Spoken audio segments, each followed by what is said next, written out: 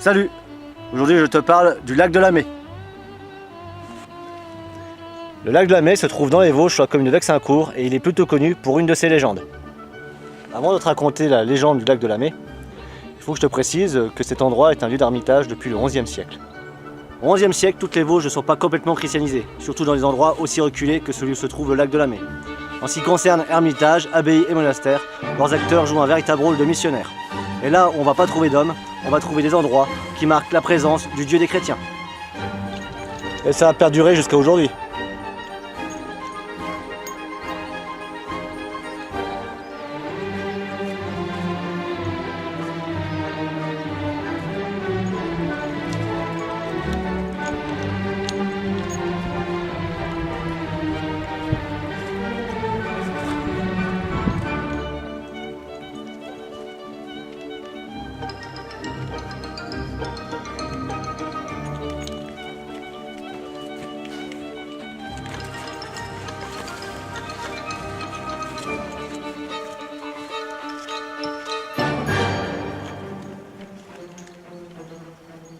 Tu as l'image commune de l'ermite qui s'isole complètement du monde et de ses congénères. Dans ce contexte, l'ermite, lui, ne s'isole pas complètement et au contraire, il va même jouer un rôle de prêcheur de temps en temps auprès de ses congénères. Ce rôle de prêcheur joué par l'ermite, on va le retrouver dans la légende du lac de la Mai.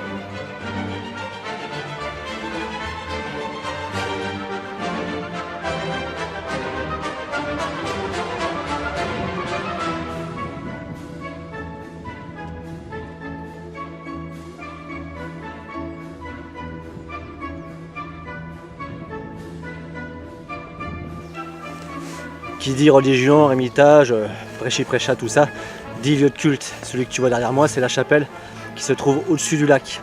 Alors bien sûr, c'est pas le plus ancien lieu de culte de l'endroit, parce qu'avant même l'épopée chrétienne, l'endroit, le lac, aurait servi aussi à des cultes plus anciens, sans doute celtiques.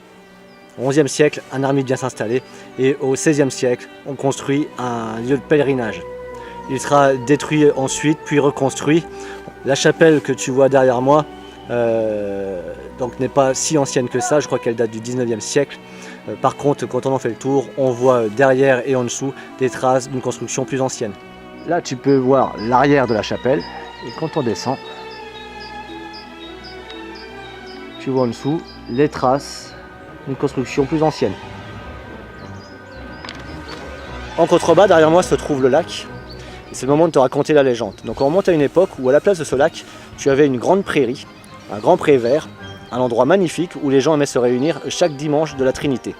À l'occasion de ce dimanche, les gens venaient en pèlerinage et la messe était dite par l'ermite des lieux. On commençait la journée par la messe du matin et suite à la messe, on enchaînait une journée festive avec un repas et un bal. À cette occasion, des musiciens qui venaient d'un peu partout venaient jouer du fifre et du violon. Parmi eux se trouvait un violoniste inconnu du secteur qui, bien que vêtu modestement, semblait avoir le don pour captiver l'assemblée. Tout au long de l'après-midi, les gens dansèrent sur ces airs de violon. Le soir venu, au moment des vêpres, l'ermite sonna une première fois les cloches pour appeler la messe.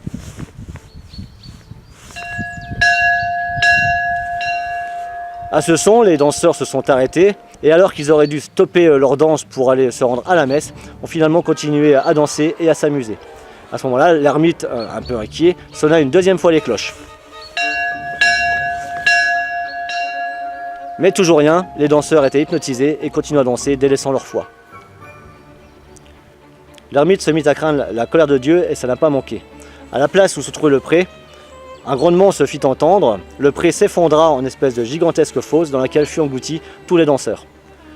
Après que les gens étaient engloutis, la fosse a été remplie par de l'eau qui a jailli du sol et a donné naissance au lac qui se trouve juste derrière moi. C'est la légende du lac de la Mai.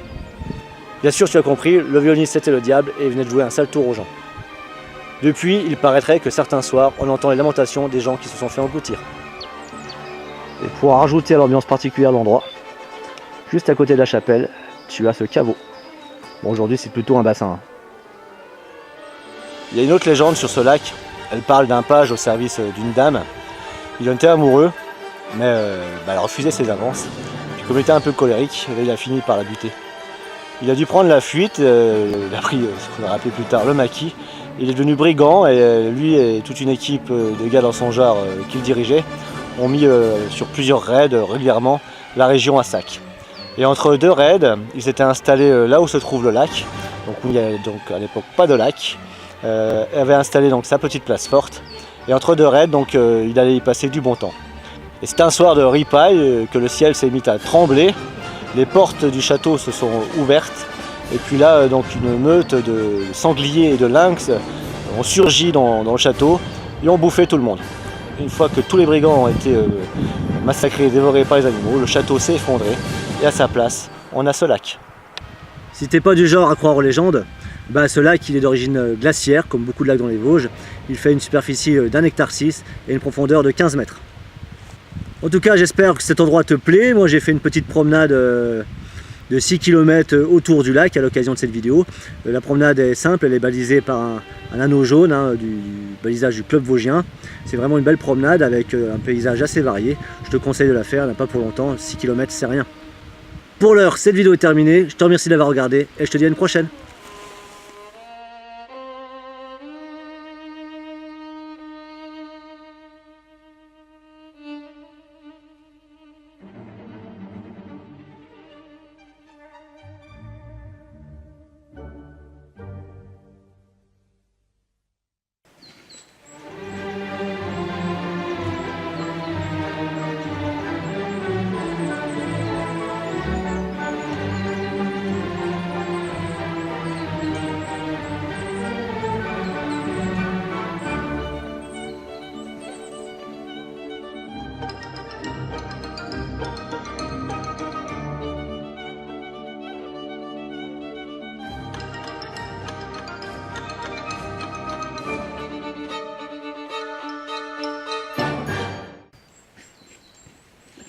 Putain, je n'en doute plus.